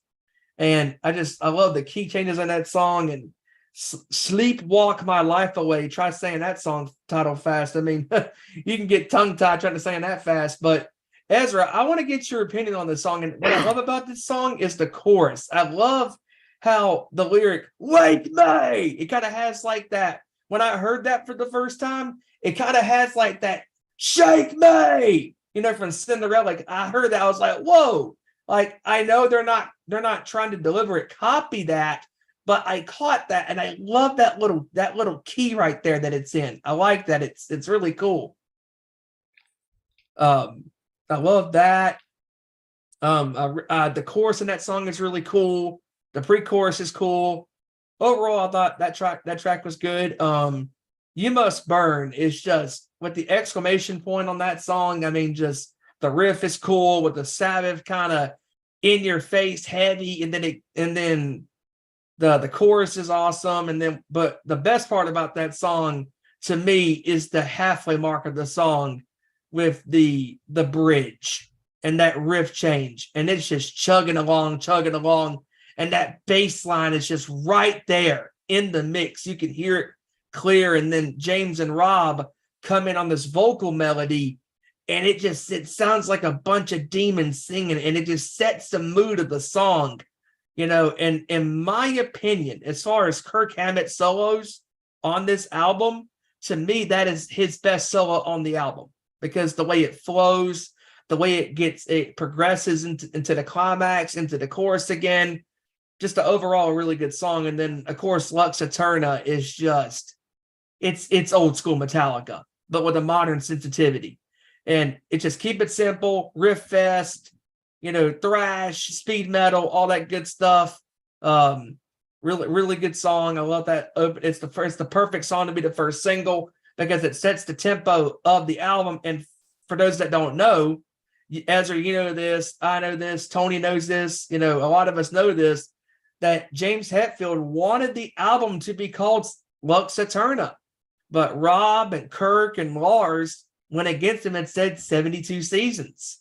In 72 seasons, I love the title of that because when I first read the title, I was like, that is an interesting title. And then again, the trigger back, to the title track, I just love the lyrics in that song because it speaks about Hetfield's, life, growing up in his first 18 years, being in a strict Christian Science home with his parents and being dominated, by his parents at a strict home. And then, of course, when I hear the lyrics, choking on the stage fright, people might think, oh, those are just random lyrics thrown together. No, they're not. No, they're not. Because James, in his first years with Metallica, had stage fright. He didn't really talk, and he didn't have the confidence that he has today on stage. And I love the lyrics in this album. And Chasing Lights, I've said this, Ezra, I'm pretty sure you agree with this. Joey, I'm pretty sure you agree with this. I know Tony and I love this song's chorus. The chorus in this song makes that song. I mean, Hetfield hasn't gone that high in God knows how long. I mean, that lead on that, hey, just such a cool chorus. It's just got a lot of energy. The lyrics are cool. I mean, just in that chorus, it's aggressive, it's simple, and just that, to me, that's the best chorus on the album. And another good solo by Hammond on this album. Cool, lots of cool riff changes again, because I mean, there's a lot of riffs. They're just throwing riff after riff after riff at you. And honestly, some people can't handle it, but me, give me all the riffs you can. I love it. And I know Ezra loves this song. I know I love this song. The lyrics, the lyrics to this song, the message in this song. But If Darkness Had a Sun is such a cool song. I mean, just the main riff just gives you that Black Album meets Justice Eye the Beholder stuff, and it has one of my favorite choruses along with Chasing Light. It has my second favorite chorus to the album because the chorus to If Darkness Had a Sun is just such a powerful chorus. And then the way the verse melody and the way the riff is and the drumming in that, it's different. And people have been screaming for different Metallica verse melodies and all that stuff. And If Darkness Had a Sun has that vibe, and I just love the verse melodies in that song. And then I love the riff going into the solo by Hetfield. It's bouncing, it's grooving and all that stuff. And then when it gets to the solo, the way just Lars stops and starts, that beat, with the up tempo, the full tempo, half tempo, really cool. And then the final chorus with the epic build up to the conclusion. And then that riff at the end by Hetfield, just chugging away on that E. You can take one chord, let it on be an E, and just chug the hell out of it and make it sound heavy as can be. And the way that bass line at the end comes in, it's really cool. The singles on this album, I know there's been fans that have had mixed opinions on these singles, how they're not as strong as Hardwired, to me, they're just as good as the hardwired singles from that album. I love the singles on this album. They all sound good for what they are. 72 Seasons has that thrash into the groove. Lux Eterna with its speed, full speed or nothing, approach. Screaming Suicide, with that, Black Album, hardwired kind of vibe, and then obviously If Darkness Had a Sun has that load, reload kind of sensitivity. And then to me, as far as modern Metallica goes, the last 3 songs on this album, and I texted Tony after I got out of the theater listening to the album front to back for the first time. And I just think that Too Far Gone, track number 10, Room of Mirrors, and Emerata are just the 3 perfect modern Metallica songs. I know there's fans out there that love to compare these newer records to the old records. Let's be honest, guys, you cannot compare 72 Seasons to Master of Puppets. You can't compare 72 Seasons to Justice, to Kill 'Em All, to Ride the Lightning. Those albums are what they are. Those are different eras of the band. And this is a modern band. This is a modern era of this classic band. And in my opinion, these 3 songs in this era of the band is the best you're going to get right now from these guys. Just because, Too Far Gone has a catchy ass chorus. It's really cool. And the riff, when I heard that riff, it has like this No Remorse meets like Bread Fan, kind of vibe. If those 2 songs had a baby, like I just heard that, I was like, wow, this is really cool, and I love the harmonies on that chord on going into the bridge into the main solo. There's also a cool solo by Hammond that breaks it up after the first chorus, and just overall, I love this song, and just the bridge into the solo, the vocals by James on this song with the chorus and all that. And then Room of Mirrors has a cool riff and a galloping beat along with the riff. And then the lyrics are awesome again in this song, reflecting on, people that, judge you, no matter what you do, good or bad, people always will have something to say, and all that. And I love that there's also, for those that don't know, there's a reference to a song lyric, in that song Broken, Beat, and Scarred from Death Magnetic in the second verse. And in my opinion, and it's hard to say because this album is packed with harmonies by Hetfield and Hammett, and this has my second favorite harmony. And I say that because I'll get that into in a minute, but I love the harmonies in Room of Mirrors in this song, and I love a good old Hammett Hetfield harmony, and Lars with the double bass in this song. Now, he doesn't do double bass a lot in this song, in this album, and that's fine. He's picking and choosing when to do it. And I know there are some people out there, and I know me and Elder got into this on the Nation's Corner on Saturday. He thinks that Lars' drumming, on this album isn't great, and he was giving his honest opinion. I respect his opinion, because there are people out there that don't think Lars, is trying like he did back in the day, and I respect their opinions. But to me, he is still good at knowing where to put parts in songs. With the riffs, he has an ear for riffs and where they go with beats and stuff, and key changes and melody changes and stuff like that. He's really good at that stuff. So I respect all different opinions, from fellow Metallica fans. But in my opinion, on this album, Lars drumming, is it Justice? Is it Puppets? Is it Ride the Lightning? No, it doesn't need to be. For this era of the band, Lars still has it. He still has those songwriting chops on where to put beats, on where to put this, where to put that, where riffs should go, and all that stuff. And that is where we get to the final song in this album. And in my opinion, it's the best song on the album. Emerata. Once again, Metallica knows how to close an album, and they've done it throughout their entire career, whether it be Metal Militia off Kill 'Em All, the Call of Cthulhu off Ride the Lightning, and Damage Incorporated from Master of Puppets, or Dire Z from Justice, or even The Struggle Within from the Black Album. Those first 5 albums had those closing songs that you're like, yep, that's Metallica. That's the sound that we know, and then obviously on the Load and Reload records, you had, the Outlaw Torn and Fixer, which are great closing tracks in their own respective rights. And then obviously with the modern era of the band, My Apocalypse is just a straight up thrash song, off of Magnetic. And then obviously off Hardwired, Spit Out the Bone, to me is the best song on the album.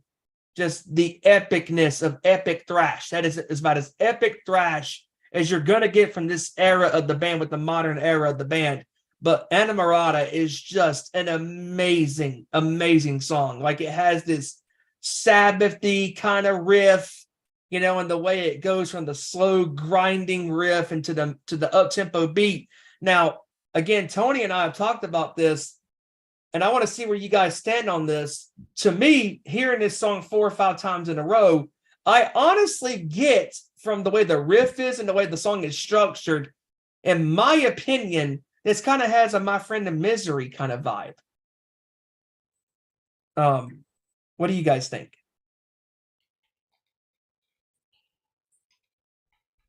Go ahead, Joey.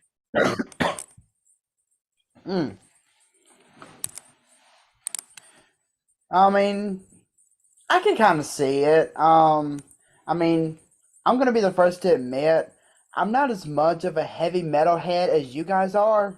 Yeah. Right. But I know good music whenever I hear it. And as I was growing up and getting older, I was kind of listening to all different modules of music to kind of get a good feel of what I want to surround myself with as far as music wise. And I'm not going to lie to you guys, I didn't think I was going to be into heavy metal. I didn't think I was going to be into it. Because, I mean, I've heard before I met you guys, and especially before I met Steven, I was hearing a lot of bad stuff about heavy metal, saying how it wasn't really the best type of music out there, and it was too overhyped and everything like that. So I just went along with it for a while, until eventually I was running out of good songs to listen to, and I was like, you know what? I really need to expand my music environment. I really need to see what else is out there. Yeah, I really need to see what else is out there.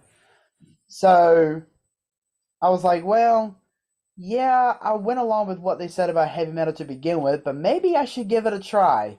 Maybe I should give it a try to see what it's really about, see what it's really pertaining to. So with that being said, Joey, what was the first metal song that really grabbed you to that style of music? The first heavy metal song that drew me in more than anything was Thunderstruck by AC/DC. That was the song that drew me in. As soon I was listening to Thunderstruck over and over again, mainly at the Richmond Raider football games whenever I would go on Friday nights. I would always listen to that song, and I'm just like, oh my gosh, this song really is good. So then I started getting more and more into heavy metal, and I'm still not as much of a heavy metal head as you guys are, because I don't really have time to listen to music 24/7, or just I don't really have time to listen to music in general because I'm always so busy doing something. Right. But it's just whenever I really want to dive into some music, I'm really getting into Metallica and more AC/DC and all the other heavy metal bands out there. And I really didn't know much about Metallica, other than what you guys have said throughout the show over the past 1.5 to 2 years. Right. But Steven, whenever I was over at your house listening to the 72 Seasons album, I mean, I was telling you on time and time again whenever we were talking on the phone how I like music that's fast, but I also like music that's groovy. Music that really gets you into like just the musical zone. And the more I was listening to those songs on that 72 Seasons album, immediately awestruck. I was drawn to it. And not really one song just stands out to me, because every single song on that album, it just mesmerized me with how awesome and how upbeat Metallica tends to be, seen as how, like you said, Steven, they have been a band now for over 40 years. I mean, that is almost insane. These guys were teenagers whenever they first formed this band together. And I'm willing to bet you that whenever they first formed this band, whenever they were teenagers, I'll bet none of them had any idea how long they were going to go on for. But they have come out with success after success after success with a little bump, with of course a few little bumps in between. Especially the infamous Some Kind of Monster documentary in 2004. I mean, that exactly, because that is as raw as you're going to get. Yeah. I mean, of course, every band is going to have its ups and its downs when it comes to albums. But the way that Metallica just continues to draw people in 40 years later, with both of these guys just jamming out, approaching their 60s, or some even already even in their 60s, it's just amazing to me how one band can just produce so many albums, and they've been together for such a long time, because nowadays you don't see bands approaching 5, 10, 15 years. But like you said, Steven, Metallica has been together for over 40 years. That is almost unheard of in this day and age. Yeah, because when you look at bands like Metallica and bands like Iron Maiden, Maiden's been around this as long as a little bit longer than Metallica has, but Maiden still has that credibility to put out quality albums. Especially, I will defend again the modern era of Maiden, because ever since Bruce has been back in the band since 99 on the Brave New World album, Iron Maiden's last 5-6 records and this last 25 some odd span, it's been again compelling music, because you know who the band is. It's Iron freaking Maiden. Maiden does their thing. They still tour. And that's why Maiden and Metallica are my two favorite metal bands, because they just put out consistent records, especially in the world of metal. And, I'm just so grateful, that Metallica and Maiden are still to this very day are putting out records, and Maiden put out their last record 2 years ago. And Metallica with this latest album, and get back to Enamorata, Ezra. Now, when you heard this song, I know there were people talking about this song going, oh, it kind of has like a Fixer, Outlaw Torn, and then some people said, no, it has a My Friend in Misery. And the more I listened to it, to me, it has that My Friend in Misery vibe. What do you think? Yeah, I think it's got a very similar vibe to it. I love that it's an epic too. It's longest song Metallica's ever recorded at 12 or nearly 12 minutes. It is an incredible tune. Gotta love a good Metallica epic that's 8 minutes, 9 minutes. Normally we get that as an instrumental, but luckily enough, we were able to get this as a full song. And overall, I think it's one of Lars's best works as far as his drumming goes. The outro was amazing. I thought they did a really, really good job on this final song, and it's a very, very good way to cap off an incredible album. Yes, it is. And honestly, man, like we talked about this before, how it's so hard to pick the worst of the worst, because honestly, these 12 songs, they fit well on this album. Like, there's fans out there that love to do these rankings, and I choose not to do that. As far as, what's the worst of the worst on this album? I just can't. Like, you're a fanboy. No, if I like a song, the way if I like the groove, if I like the beat, if I like the lyrics, if I like the melody, if I like it, I like it. And just these songs, the choruses, the melodies, the lyrics. I mean, my God, dude, you as a vocalist, me as a drummer, and somewhat of a vocalist as well, this, to me, is Hetfield's best vocal performance in nearly 30 years. Yeah, I agree. Hetfield's had some great moments throughout this album where his vocals are really on point.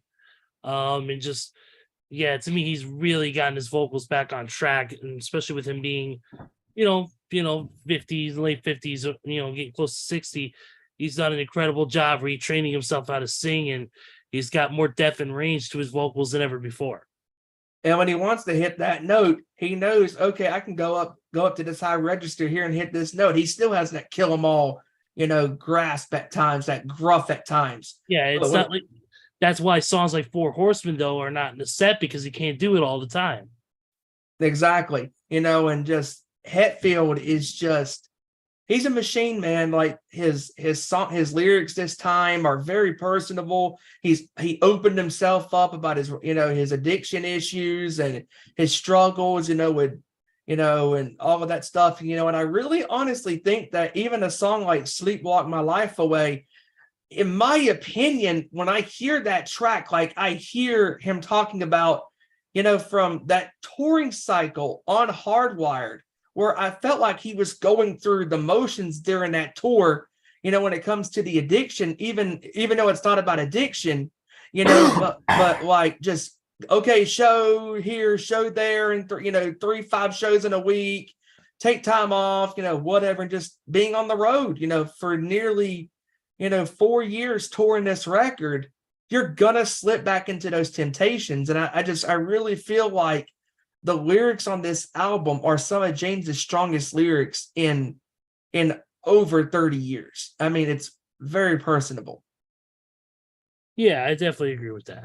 And of course, we know how good he is with these riffs. I mean, if you love Metallica for their riffs and just batch of riffs just throwing at you, this is your album. This is an album that is packed full of riff after riff after riff. I mean, they're throwing so much at you, and some people just can't handle it. But me and you, Ezra, and I know Tony, we love a good James riff, and even a good bag of riffs from Hetfield. I mean, in our opinion, he is the riff master, and he does what he does. And this tour starts next week in Amsterdam, and I love the concept of this tour. 2 sets during this tour, different set lists, not playing the same song each night, and I'm really looking forward to hearing these songs live, because honestly, this is one of those records like Death Magnetic where every song will be played at some point live, because all of these songs have their strong points. There is not one single song on this record where I'm like, okay, I'm skipping this song. This is one of those albums, like Tony said to me, you could put on this album and just let the thing play all the way through. I mean, it's one of those albums that is listenable all the way through. It's a perfect car ride album, but in a way it's not, because do not drive down the road listening to some of these songs, because Temptations, there we go again with another Metallica reference in retrospect, do not drive down the road listening to songs like Room of Mirrors or Too Far Gone, or Shadows Follow, or You Must Burn, or 72 Seasons, because those songs will make you want to drive erratic and make you drive crazy. I mean, just, my God. I mean, just, man, I'll never forget Ezra, you, me, Tony, Deb, Elder, all of us, when this album was announced on November 20th, 2022. We could not believe what was thrown in our laps. Like, it was like, okay, here's a new song. Here's the new album details. Here's the new tour details. Here you go. All the bells and whistles in under one thing. And dude, it was a 6-month wait that seemed like it was going to take forever. But the moment April 14th arrived and this album dropped, it was well worth the 6-month wait, because nobody saw this album coming. Yeah. I mean, it didn't even leak. It did not even leak to the public until Metallica unveiled the album. I mean, kudos to the band for keeping this album under wraps and tight-lipped, as Lars said to Howard Stern in 22. And man, I am so grateful as a musician, as a music fanatic, that bands like Metallica and also bands like the great Overkill, because not just Metallica released a great album on Friday, but thrash metal titans from the great state of New Jersey Shout outs to LaGregor on that shit. Overkill releasing their 20th, I believe it's their 20th record. Their 20th album. 20th album. Bobby Blitz sounds still so fucking good at 63. 60 freaking 3. Bobby Blitz still has that aggression, that swagger, that take no prisoners bullshit attitude. I mean, just the band, no matter who they get in that band on guitar or on drums, they're great musicians. And they just, I've heard the first half of this record the other day. I'm going to listen to the second half of this record tonight. But man, what this album, it is brutal heavy. Like it's got the thrash riffs, the groovy riffs, lots of great guitar solos, great drumming, great vocals. I mean, oh man, I'm not going to compare because that's not what I am. I'm not one of those critics that like, oh, this album's better than that album. No, if I like it, I like it. And I love this Overkill album. It's very aggressive. It's in your face. I mean, Scorched is another Overkill masterpiece of a thrash album. They're just like a fine wine. They just get better with age, man. And Bobby Blitz, at this very single day, is still sounding as good as ever, and just, I love the Surgeon. I love the title track and how it comes in with the guitars. Just, man, I mean, just the first half of this album exceeded my expectations. I knew it was going to be good, but my God, I mean, just unbelievable what Friday brought us. Friday, I know we're missing some records. I mean, LA Guns put out a brand new record on Friday. And just lots of great music has already came out. And there's also a couple of other records coming out this year. And also Last in Line put out their new album, Jericho, a couple of weeks ago. Yeah. Mammoth WVH has their new album coming out in August as the day of the first date of the tour of the Metallica tour hitting the States on August the 4th. That's when the new Memphis comes out. And just, man, this is why we love music. And I know we went on I know we love our music, and maybe one of these days, bros, we'll have a music show as well. You never know. Yep. You never know. But man, I could not think of a better time, to talk about the world of metal and rock and roll than today, especially with the day like we had on Friday with Overkill, with Metallica releasing two great records. I mean, just not a single bad song on either album. They're all great in their own ways. If you love pure, unadulterated, kick-ass, in-your-face thrash metal, then Overkill is for you. If you love a band that grooves you, that hits you with speed, with riff changes, with key changes, Metallica's for you. If you love, if you love, old school, hard rock from the 80s, and LA Guns is still kicking ass to this very day. I mean, just a lot of great records have already came out this year, with the Laundry Dogs with their new album coming out, obviously, in February. The new Godsmack record coming out in February a couple of months ago. And then this past Friday with these two metal records coming out and unleashing hell upon the planet that we call Earth and the world from all over the world. I mean, just so blessed to be witnessing these great records, coming out, and looking forward to these tours happening, and looking forward to the first couple of Metallica shows to see where they go with the set list on this tour, because anything and everything is going to happen. Yeah, I agree. I definitely agree with all those sentiments. It's going to be a fun year, that's for sure. Now, Ezra, real quick before we wrap up the show, now, as far as if you had to pick, and I know it's hard because you've given this record a 9 out of 10. That's my score as well, as 9 out of 10. Uh-huh. If you had to pick, what are your favorite songs from this album? Because as we all agreed, all 12 of these songs are good. They had their great moments in these songs. But if you had to pick, what are some of your favorites in this record? Darkness Had a Sun, Chasing Light. If I had to pick three, if Darkness Had a Sun, Chasing Light, and Shadows Follow. Because if I had to pick, and gun to my head, it's so hard. I mean, I love the title track. Okay, I'm gonna go with The Darkness Had a Sun, 72 Seasons in Enamorada. Just three songs on three different spectrums. If I had to pick, gun to my head. Like, it's so hard. They're gonna flip flop. I mean, all these songs are great. Fuck, it's so hard, man. Like, that's how you know an album is great, is when all the songs have standout moments. Yep, I agree 100%, man.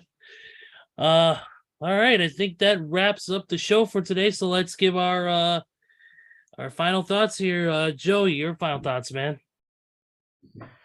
Once again, another great show with you guys. Love talking with sports as usual. Yeah. And I'm glad I was able to come on here for another night, and just looking forward to being back on here full time. Yep. Exactly, man. Thank you for coming in again. We appreciate it, Joey, and can't wait to have you back full time soon. In other words, that means get your ass together. Let's fucking go, dude. Don't make me throw something at you to make you move quicker. It might take a while to get there, but it will get there. Especially when we're in person. Oh no. If I'm in person, I will hit you dead on right between the eyes. Let me tell you, I bet I got better throwing skills than Dwight Howard his free throws. Oh God. Dwight Howard has free throws. I won't be sitting in the I can see, and I could throw in I could see you in the light or in the dark, unlike Aaron Rodgers. Anyways, Steven, final thoughts. Man, a great show with you guys talking about the world of sports and a little bit of music at the end of the show. I mean, I'm looking forward, to I had a great time with you, Joey, this past weekend, hanging out, watching these basketball games, listening to the new Metallica record, and I'm looking forward to finally me, you, and Kevin in a couple weeks hanging out. On the 7th, that'll be coming before you know it, and we're gonna hang out, play some Madden, and all that stuff, and eventually, folks, the 5 of us, because Randy will be back with us very soon. The 5 of us are gonna get together, and we're gonna get together in person and do a live edition in my home here in North Carolina, to do a live sports show edition of the show in my home, especially during the National Football League season. Because once that gets ramped up, oh boy, you're going to have 5 passionate football junkies talking about the National Football League. It's going to be great. It's going to be absolutely phenomenal. And before we go, you can follow us on our social media platforms. You can follow us on Twitter at ON_sports show, Facebook.com/Nation Sports Show. And also don't forget to follow us and smash that like button here on the old YouTube page, where we are live right now and where our videos are obviously live every Tuesday and sometimes on Wednesdays at youtube.com/Nation Sports Show. Don't forget to follow Ezra down there on the description on Twitter at Deadman469. And also don't forget to follow Joey at roll_tide1992. And I am at Steven_Wyand on Twitter. And also don't forget to follow the Nation's Corner on Twitter at Nation's Corner. Everywhere else on YouTube, Instagram, Facebook, it is at the Nation's Corner. And don't forget to check out the show this Saturday at a special start time. Don't know the details on that right yet, but I'm pretty sure it will be starting very early because of Mission Pro's pay-per-view on Saturday. And with that being said, Ezra, wrap this up, my friend. No problem. Thank you guys for joining us. Definitely appreciate it. Thank you to you two for coming on. Kevin, we wish your wife the best. Get well soon. If the flu sucks, just take it well and take care of your daughter, and everything will be cool. Thank you to Joey for stepping in as always. And that's about it. Everybody watches, thank you so much. Follow our links. Follow 2C Cosplay, follow Nation's Corner, follow, of course, our Nation Sports Show. Like, subscribe, share, comments. We love to hear you guys. So, with that being said, for Joey Thornton, for Randy Guyer, for Kevin Rory, and Stevie Wyand, I am Ezra Vickery, and we will see you right here next week with another great edition of our Nation Sports Show. Take care, everybody. Have a great weekend, and we will see you all next Tuesday. Peace.